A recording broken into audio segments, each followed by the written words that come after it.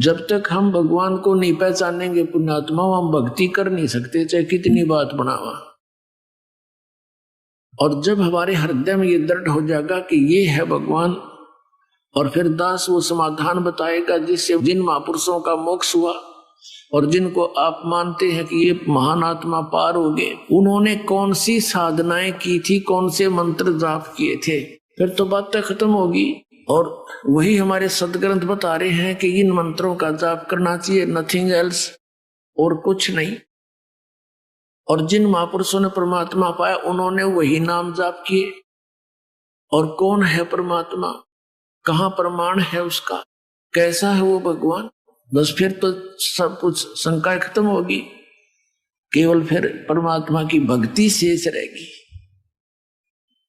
फिर तो उठते बैठते चलते फिरते जैसे बस में जा रहे हैं, 2-3 घंटे का सफर है, ट्रेन में जाते हैं 24-24 घंटे 48-48 घंटे सफर करते हैं भक्त, यहाँ आने और जाने वाले इस नाम का जाप चलते फिरते बस में, ट्रेन में, अपनी गाड़ी में, खेतों में मजदूरी करते समय, आते जाते, जितना भी समय मिले मालिक ने याद रखे, अपना काम भी करे, राम भी बजे, एक पंथ दो काज।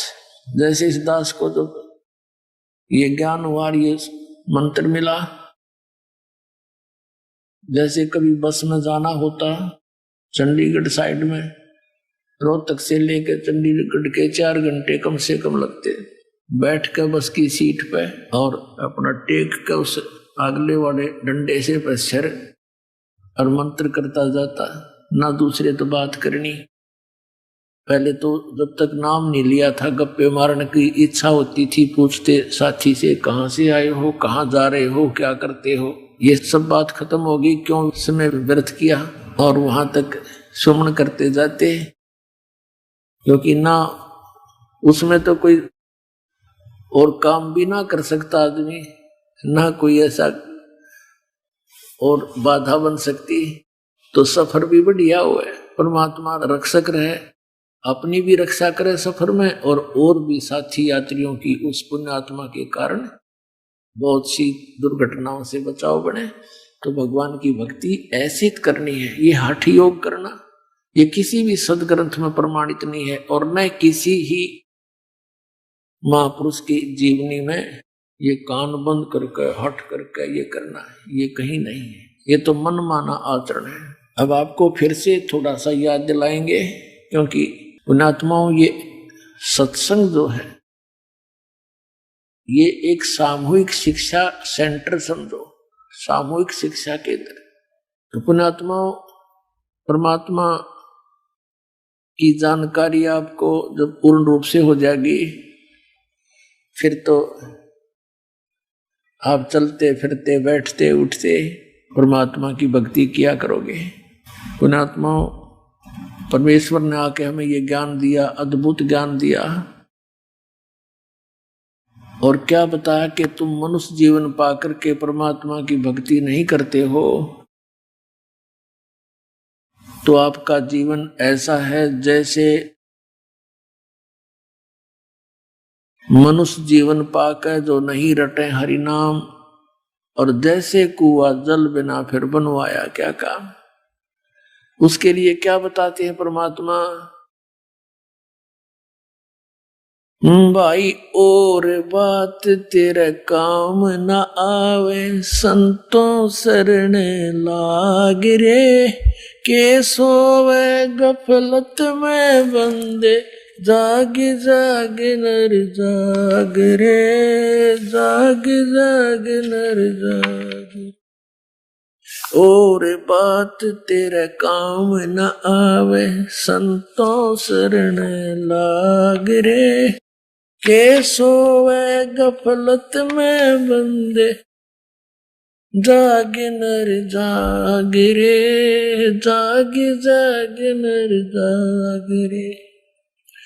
उठ सवेरे उकावर लिया, के जाग्या नर भाग रे, उठ सवेरे हुक्का भर लिया, के जाग्या नर भाग रे, शुक्रम करा ना करी रे बंदगी, फूटे तेरे बाग रे, फूटे तेरे बाग रे, और बात तेरे काम न आवे, संतों शरण लाग रे, के सोवे गफलत में बंदे, जाग जाग नर जाग रे, जाग जाग नर जाग रे। इस तन सराय में जीव मुसाफिर, यो करता रहे दिमाग रे, इस तन सराय में जीव मुसाफिर, करता रहे दिमाग रे, रात बसेरा कर ले डेरा, चले सवेरा त्याग रे, चले सवेरा त्याग रे, और बात तेरे काम न आवे, संतों शरण लाग रे, के सोवे गफलत में बंदे, जाग जाग नर जाग रे, जाग जाग नर जाग रे।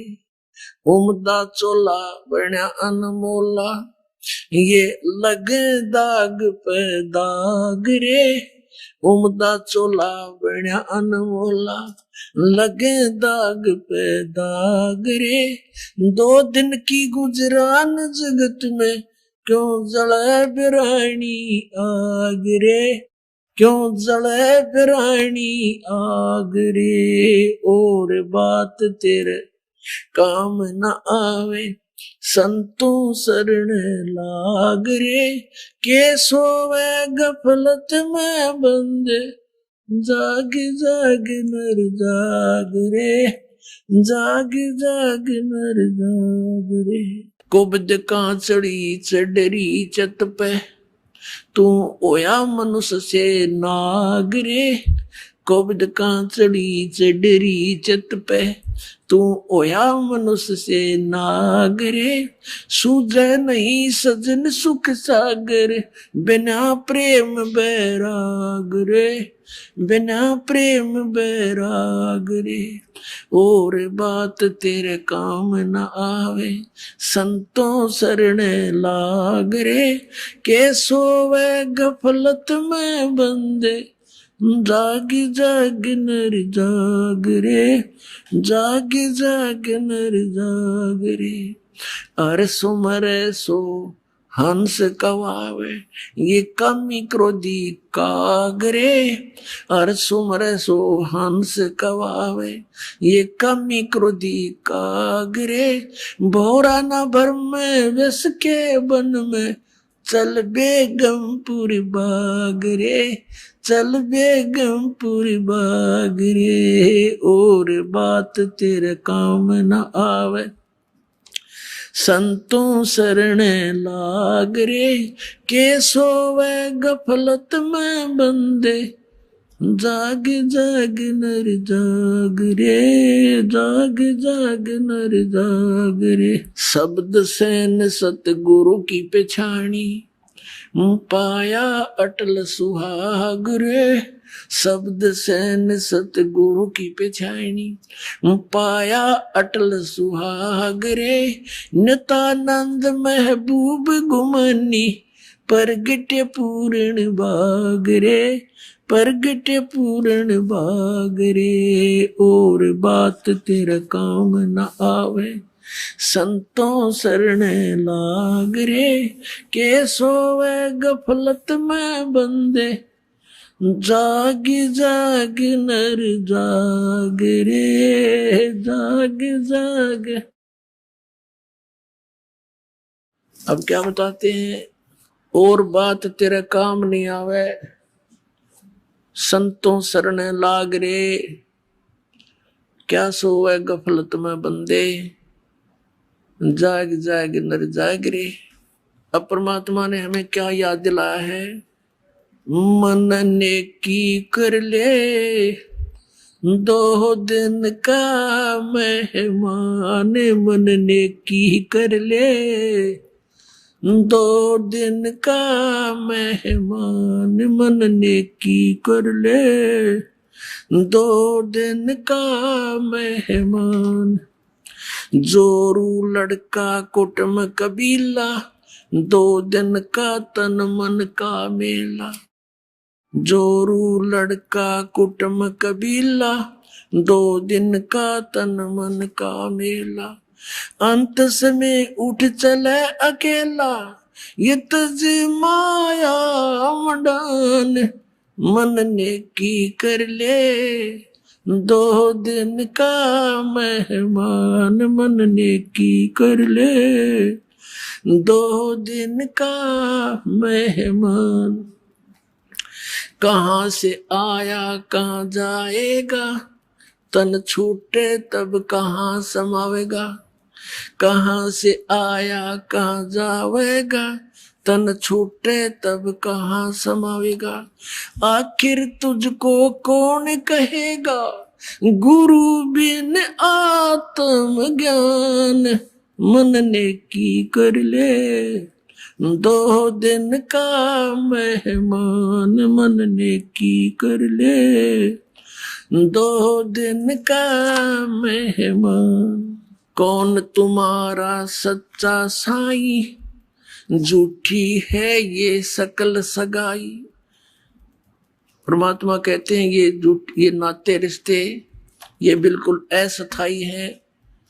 मृत्यु होने के उपरांत ना ये आपके ना आप इनके। कौन तुम्हारा सच्चा साईं, झूठी है ये सकल सगाई। चलने से पहले सोच रे भाई, कहाँ करेगा विश्राम मन नेकी कर ले, दो दिन का मेहमान मन नेकी कर ले, दो दिन का मेहमान। रहट माल जो पनगट जो भरीता, आवत जावत बरे और रीता। रहट माल पर घट जो भरीता, आवत जावत बरे और रीता।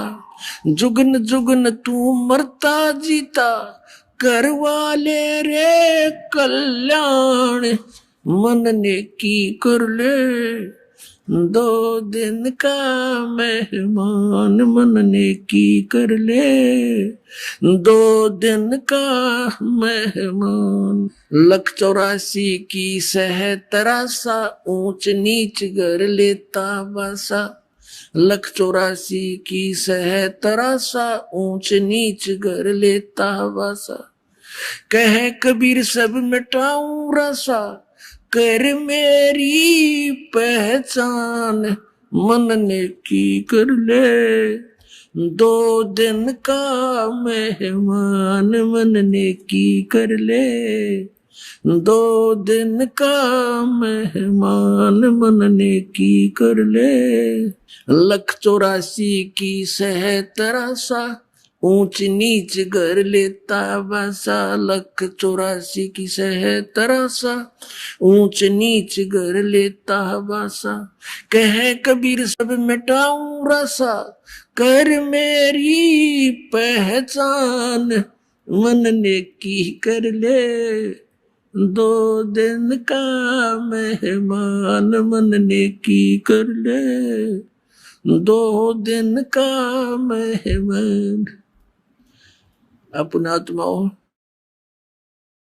परमात्मा हमारे लिए कितने तड़फ रहे हैं, किस किस प्रकार से हमें चेतावनी दे रहे हैं।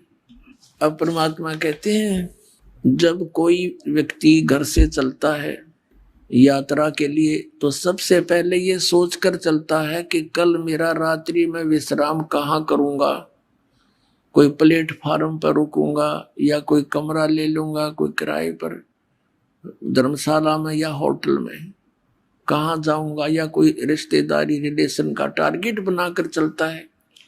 परमात्मा कहते हैं, जब तू संसार छोड़कर जाता है, इसकी तरह आपको कभी चिंता ही नहीं बिल्कुल भी, कि यहाँ से जाने के बाद तेरा ठिकाना कहाँ होगा। कम से कम चलने से पहले वो ठिकाना तो बना ले अपना। तो क्या बताते हैं, कहाँ से आया तू कहाँ जाएगा, और ये शरीर छूट जाएगा तब तू कहाँ समाएगा। आखिर तुझको कौन कहेगा गुरु बिन आत्म ज्ञान। मन ने की कर ले 2 दिन का मेहमान। मन ने की कर ले 2 दिन का मेहमान। अपने आत्माओं हमारे कितने अच्छे भाई हैं, बहन हैं, कोई नाती रिश्तेदार है या कोई मित्र है, तो हमें संसारिक क्रियाओं का ही ज्ञान दे सकते हैं, इस माया के जोड़न की ट्रेनिंग ही दे सकते हैं।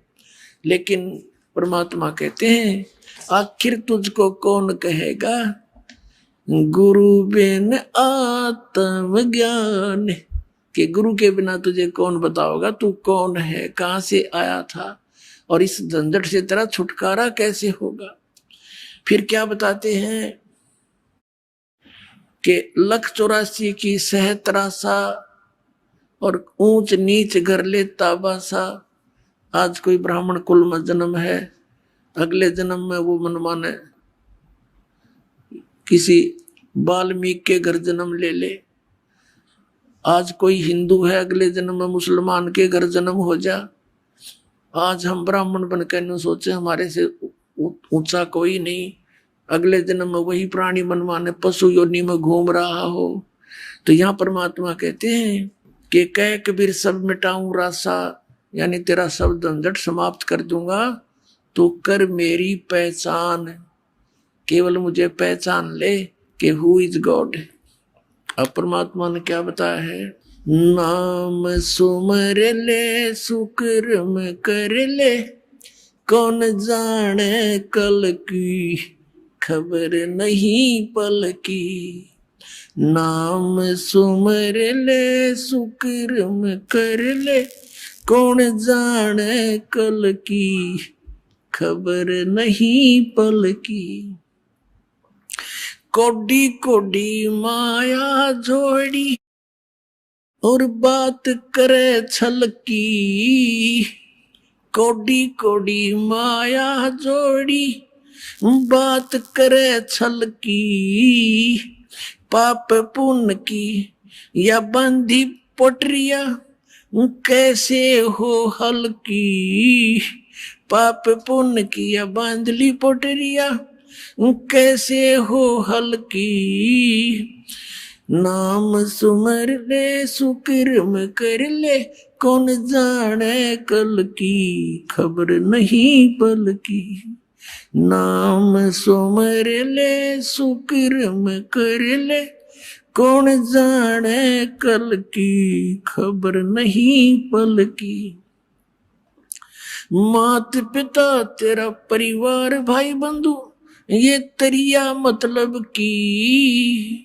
मात पिता परिवार भाई बंधु तरिया मतलब की। चलती बरिया कोई न साथी या मट्टी जंगल की खबर नहीं पल की।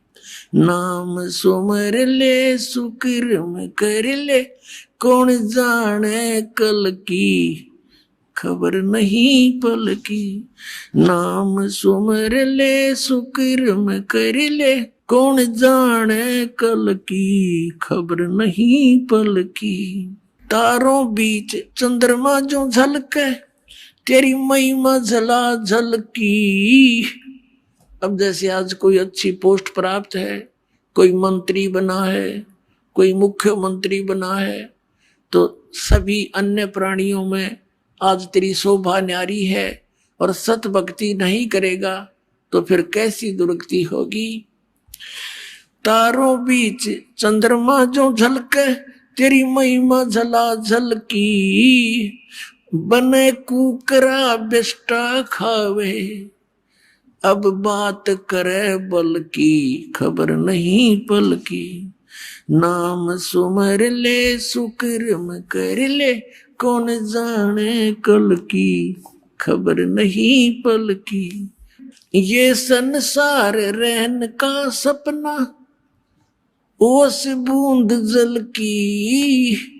ये संसार रहने का सपना ओस बूंद जल की, सतनाम बिन सब साधना जैसे गारा दल दल की, खबर नहीं पल की। नाम सुमर ले सुकर्म कर ले, कौन जाने कल की, खबर नहीं पल की।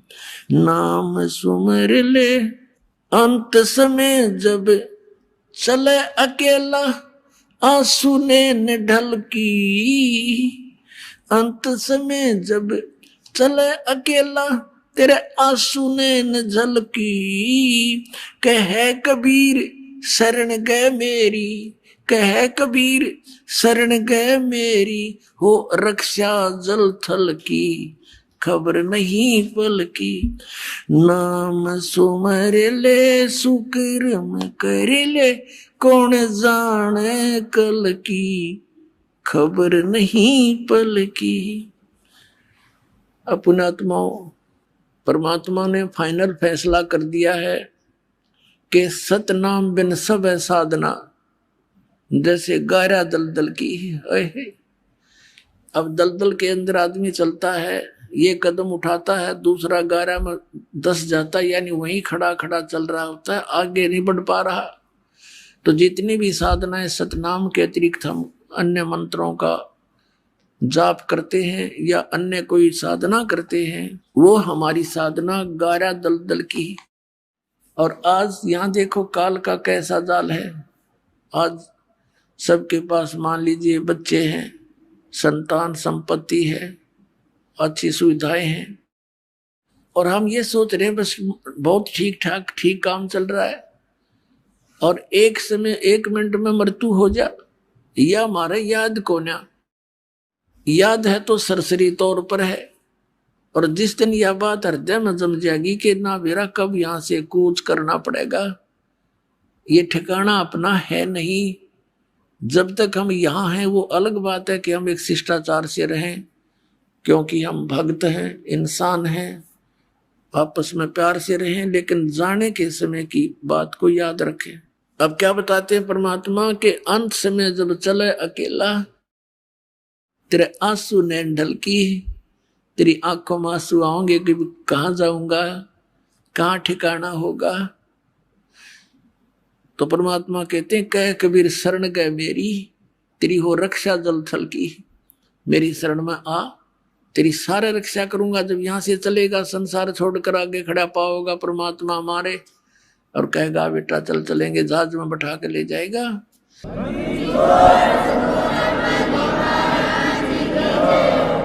कहते हैं आए हैं सो जाएंगे ये राजा रंग फकीर, एक सिंहासन चढ़ के जा एक बांधे जात जंजीर।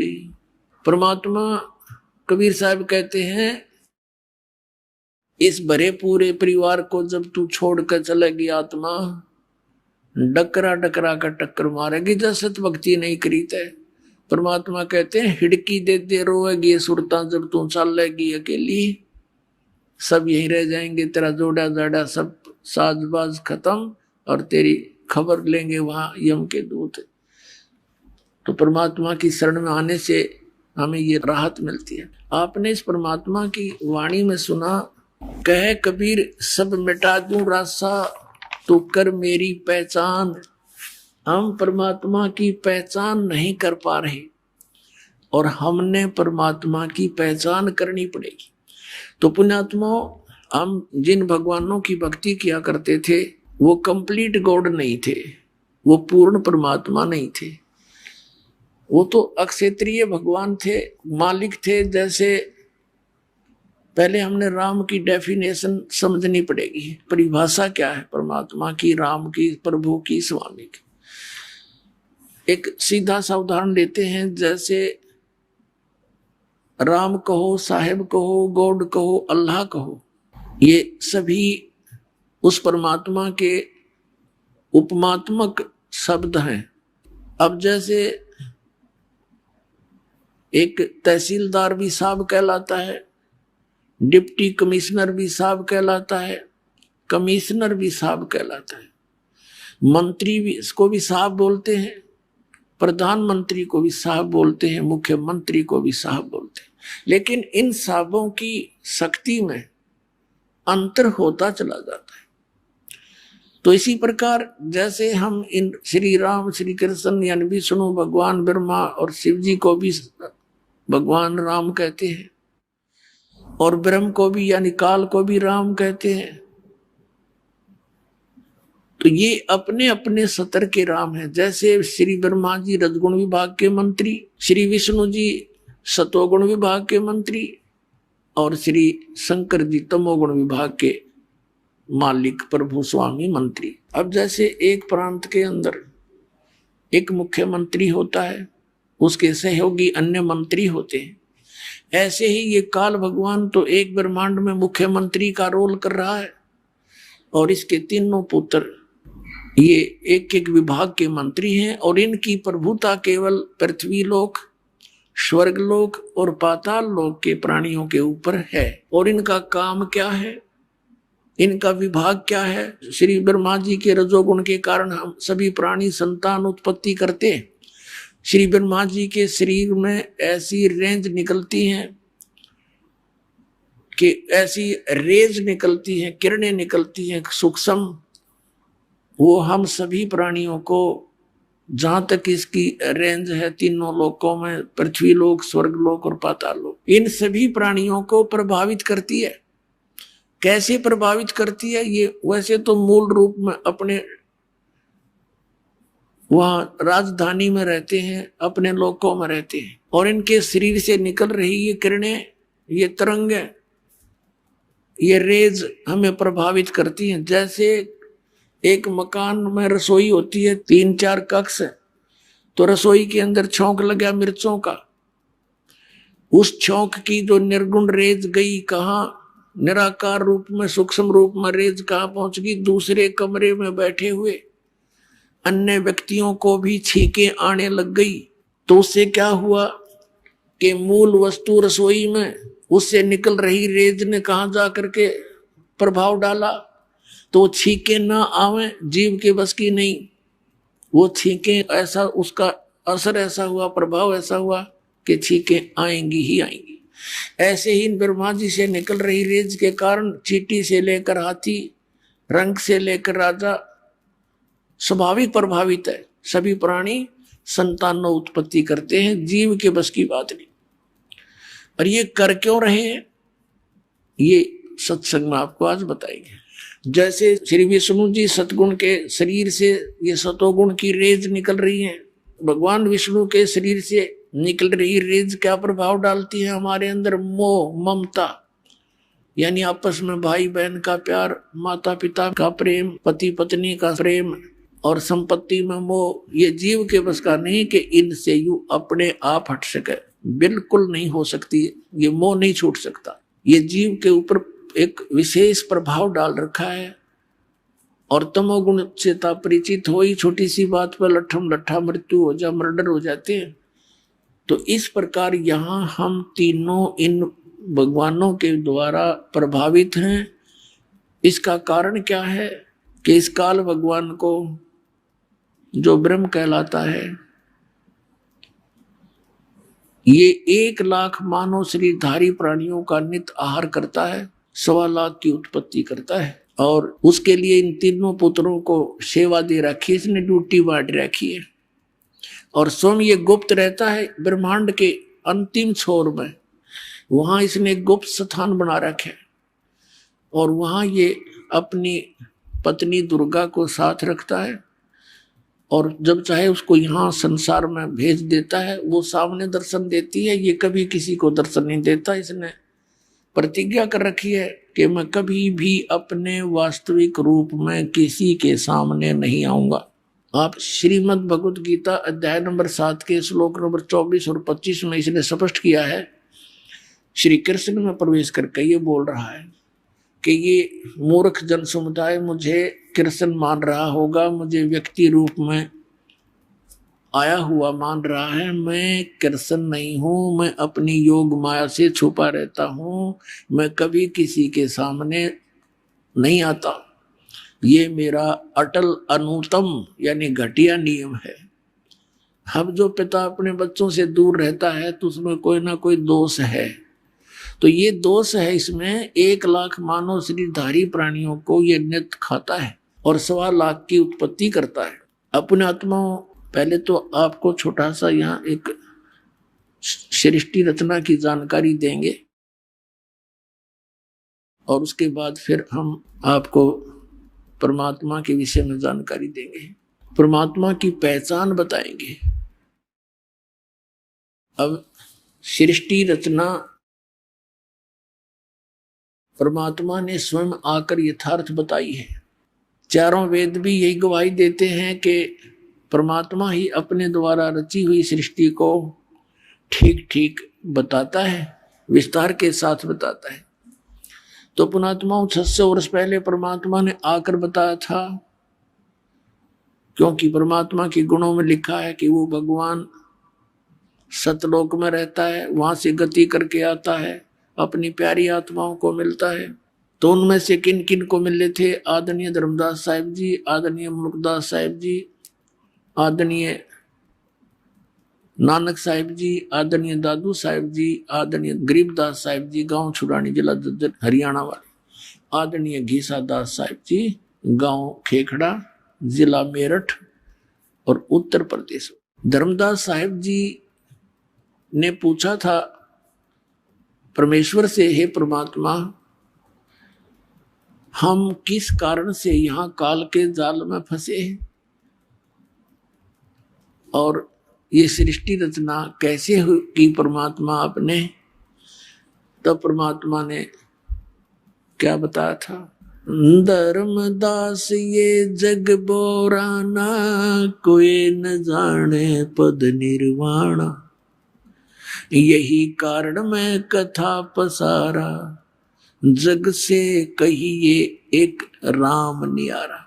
अपने आत्मा परमात्मा ने अपने आप को गुप्त रखते हुए अपने द्वारा रची हुई सृष्टि का ज्ञान कराया, क्योंकि हम इन अज्ञानी संतों के द्वारा भ्रमित किए हुए ये मानते हैं कि परमात्मा निराकार है। और यदि कोई श्री राम और श्री कृष्ण के अतिरिक्त कोई ये कहता है कि मैं भगवान हूं, हमें स्वीकार्य नहीं। ऐसा था। और इसी प्रकार मुसलमान धर्म के अंदर कोई ये कहे कि हजरत मोहम्मद के बाद कोई ये कहे मैं खुदा का रसूल हूं, उन्हें मानने नहीं।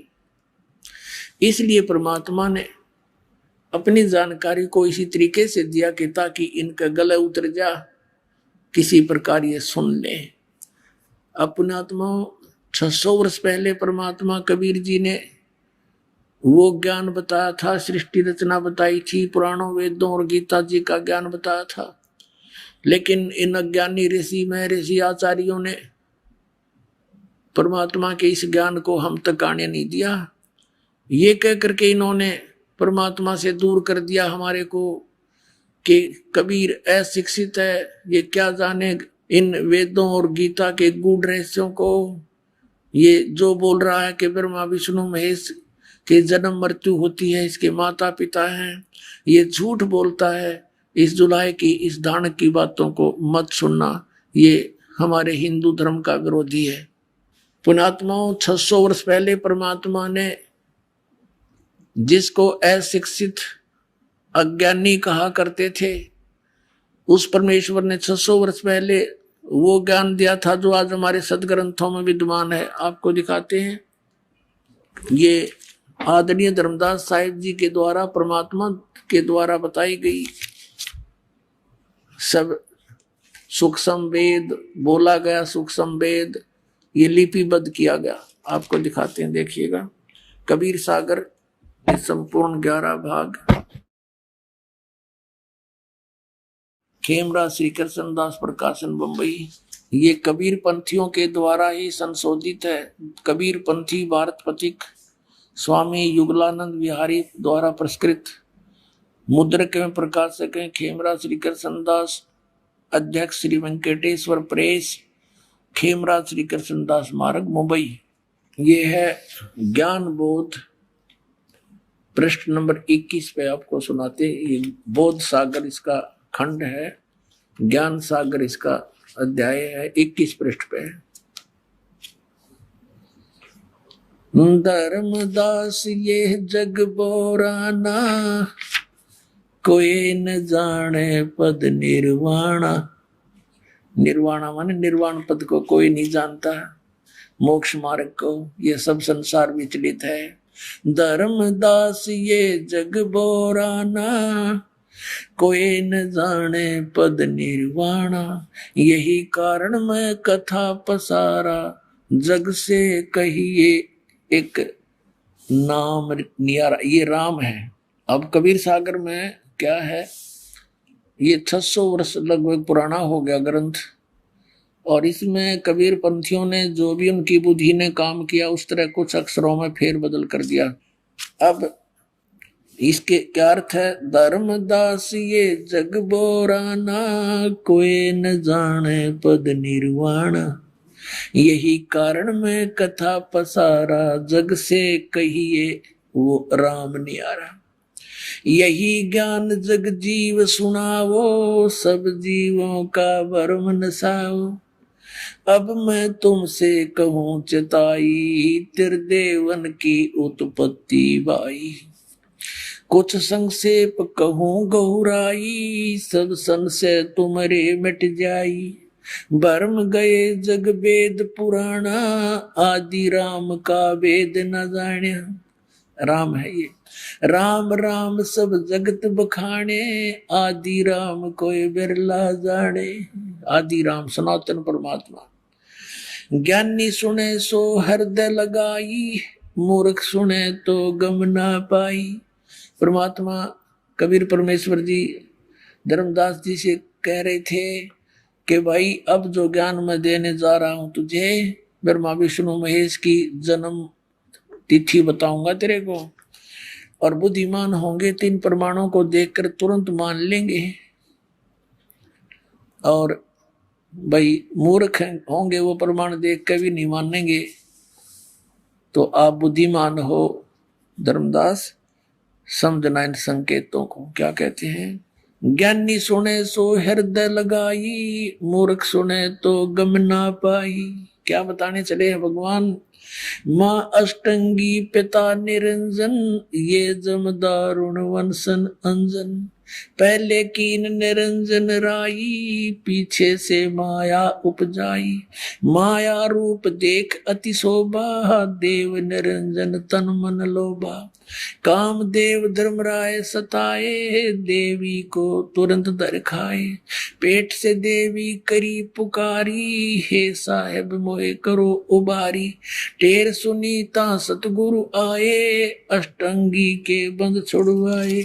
धर्मराय को हिकमत कीना, नख रेखा से भग कर लीना। धर्मराय करे भोग विलासा, माया को रही तब आशा। तीन पुत्र अष्टंगी जाए, ब्रह्मा विष्णु शिव नाम धराए। तीन देव विस्तार चलावे, इनमें यो जग धोखा खावे। पुरुष गम कैसे को पावे, काल निरंजन जग भरमावे। तीन लोक अपने सुत दीना, सुन निरंजन बासा लीना। अलख निरंजन सुन ठिकाना, ब्रह्मा विष्णु शिव भेद न जाना। तीन देव सो उसको जावे, निरंजन का वो पार न पावे। अलख निरंजन बड़ा बटपारा, तीन लोक जीव कीन आहारा। ब्रह्मा विष्णु शिव नहीं बचाए, सकल खाए पुन दूर उड़ाए। तिनके सुत हैं तीनों देवा, ये अंदर जीव करत है सेवा। सेवा माने पूजा। ये इस काल और दुर्गा के ये तीन बेटे हैं, ब्रह्मा विष्णु महेश, रजगुण ब्रह्मा सतगुण विष्णु तमगुण शिव जी। तिनके यानी उनके सुत यानी पुत्र हैं ये तीनों देवा, ब्रह्मा विष्णु महेश, और अंधर जीव करत है सेवा। ये तत्व ज्ञानहीन अंधे इन ब्रह्मा विष्णु महेश की पूजा करते हैं। देखिए, तिनके सुत है तीनों देवा, अंधर जीव करते हैं सेवा। अकाल पुरुष का हो नहीं चीन्या, काल पाए सभी गए लीना। तीन देव और असुर अवतारा, ताको वजह सकल संसारा। तीन गुणों का ये विस्तारा, धर्मदास मैं कहूँ पुकारा। गुण तीनों की भक्ति में ये भूल पड़ो संसार, कहे कबीर निज नाम बिनो कैसे उतरे पार। अपने आत्माओं, धर्मदास जी पवित्र हिंदू धर्म में जन्मे थे। श्री विष्णु और श्री शंकर भगवान, श्री कृष्ण जी, रामचंद्र जी के एक विशेष भगत थे। और जैसा भी उसके गुरु रूपदास जी ने मार्गदर्शन कर रखा था, उसके आधार से वो दृढ़ होकर इन्हीं भगवानों पर लगे हुए थे। और ये जानकर लगे हुए थे ये अजरो अमर है, सर्वेश्वर है, महेश्वर है। लेकिन जब परमात्मा ने धर्मदास जी को सचखंड दिखाया, सचखंड से फिर वापस छोड़ा, जैसे आदरणीय गरीबदास साहिब जी को लेकर गए थे, फिर वापस छोड़े। 10-12 घंटे के बाद आंखों देखा हाल, फिर गरीबदास साहिब जी ने बोला। और आदरणीय नानक साहिब जी को भी ऐसे बेई नदी से अंतर्धान करके सचखंड लेकर गए थे। 3 दिन में उनको वापस छोड़ा। ऐसे आदरणीय धर्मदास साहिब जी को भी परमात्मा सचखंड लेकर गए थे, फिर वापस आकर छोड़ा था। तब धर्मदास जी ने कहा था, ये भगवान परमात्मा तो आप हो, और ये वेदों में और पुराणों में ब्रह्मा विष्णु महेश को अजरो अमर लिख रखा है, सबका मालिक लिखा हुआ है, इनके कोई माता पिता नहीं। धर्मदास ने कहा, हे परमात्मा फिर तो ये वेद और कतेब सब झूठे हैं, हमें तो निराकार भगवान बताया। या तो सब कुछ सारे ही साकार है, ब्रह्मा विष्णु महेश साकार है, यो निरंजन काल साकार है, और मालिक आप भी साकार है, मनुष्य दृश्य है। तब परमात्मा ने कहा था, धर्मदास ये वेद कतेब झूठे नहीं भाई, ये झूठे हैं जो समझे नहीं। ये तेरे गुरुजी झूठे आचार्य शंकराचार्य, इन्हें कख नहीं पता भक्ति मार्ग का। ये ब्रह्मा विष्णु महेश की भक्ति बतावे, इनको अजरो अमर बतावे और सर्वेश्वर बतावे, इन्हीं को नारायण और परमात्मा बता रहे। और इनके इतिहास में लिखा है कि इन तीनों गुणों की भक्ति नहीं करनी चाहिए। तीनों देवताओं की भक्ति जो करते हैं वो राक्षस स्वभाव को धारण किए मनुष्यों में नीच दूषित कर्म करने वाले मूर्ख कहे। श्रीमद् भगवद गीता अध्याय नंबर 7 के श्लोक 12 से लेकर 15 तक। तब परमात्मा ने धर्मदास जी से कहा, बेटा अब ये ज्ञान तुझे मैं बताने जा रहा हूं, इसको अभी सीक्रेट रखना। यदि तूने इसको सार्वजनिक कर दिया तो बीच वाली पीढ़ी में, जहां जब हम सब पुण्यात्माओं को पार करेंगे, अपनी पहचान बताएंगे और ये तत्व ज्ञान बताएंगे, तो उस समय यदि उससे पहले ये सारा ज्ञान सार्वजनिक हो गया और ये मंत्र सार्वजनिक हो गए, तो धर्मदास मेरे बच्चों को फिर धोखा हो जाएगा। ये काल के दूत यही मंत्र यही ज्ञान ये बताते पाएंगे, फिर हम कैसे उनकी भिन्नता कर पाएंगे। इसलिए इसको अभी छुपा के रखना। लेकिन मैं तुझे बताता हूं कि ब्रह्मा विष्णु महेश नासवान है, इनकी जन्म मृत्यु होती है, दुर्गा इनकी माता है और ज्योत स्वरूपी काल रूपी ब्रह्म इनका पिता है। इनकी जन्म मृत्यु होती हुई ये नासवान है। अब यहां धर्मदास का गला नहीं उतरा बात कि अभी क्यों कर बात बने, और जबकि आंखों देख भी लिया। अब आपको थोड़ा सा शिव पुराण दिखाते हैं। तीनों देवताओं की उत्पत्ति का हमारे पुराणों में जिक्र है। देखिए शिव पुराण, संक्षिप्त शिव पुराण गीता प्रेस गोरखपुर से प्रकाशित है। इसके संपादक हैं हनुमान प्रसाद पोदार, प्रकाशक में मुद्रक हैं गीता प्रेस गोरखपुर, गोविंद मोहन कार्यालय कोलकाता का संस्थान। ये फोन और फैक्स नंबर है इनके।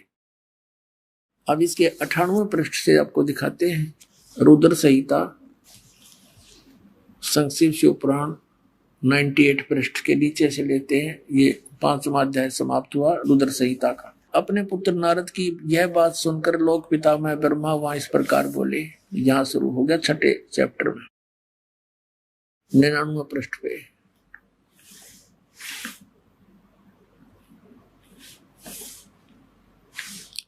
ब्रह्मा जी ने कहा, ब्रह्मन देव शिरोमणे, तुम सदा समस्त जगत के उपकार में लगे रहते हो।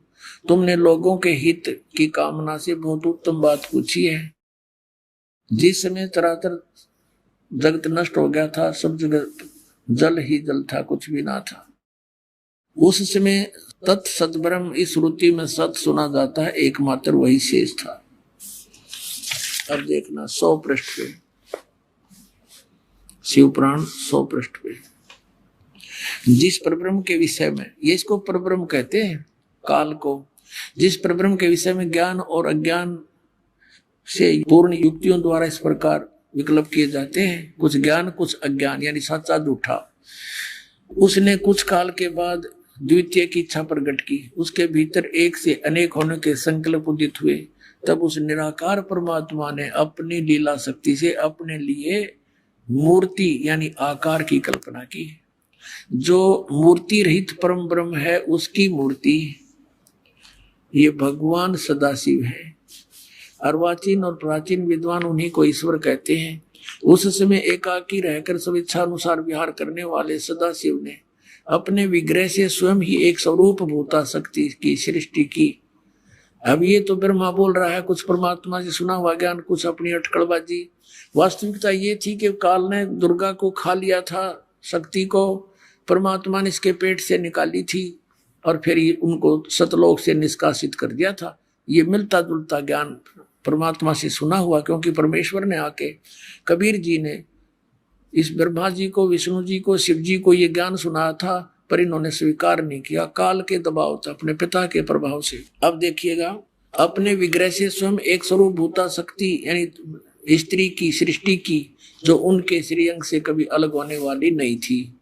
उस पराशक्ति को प्रधान प्रकृति, प्रधान भी दुर्गा को कहते हैं, प्रकृति भी दुर्गा को कहते हैं, और गुणवती माया बुद्धि तत्व की जननी तथा विकार रहित बताया, वह शक्ति अंबिका कही गई है। उसी को प्रकृति, दुर्गा को प्रकृति भी कहते हैं। ये सदग्रंथ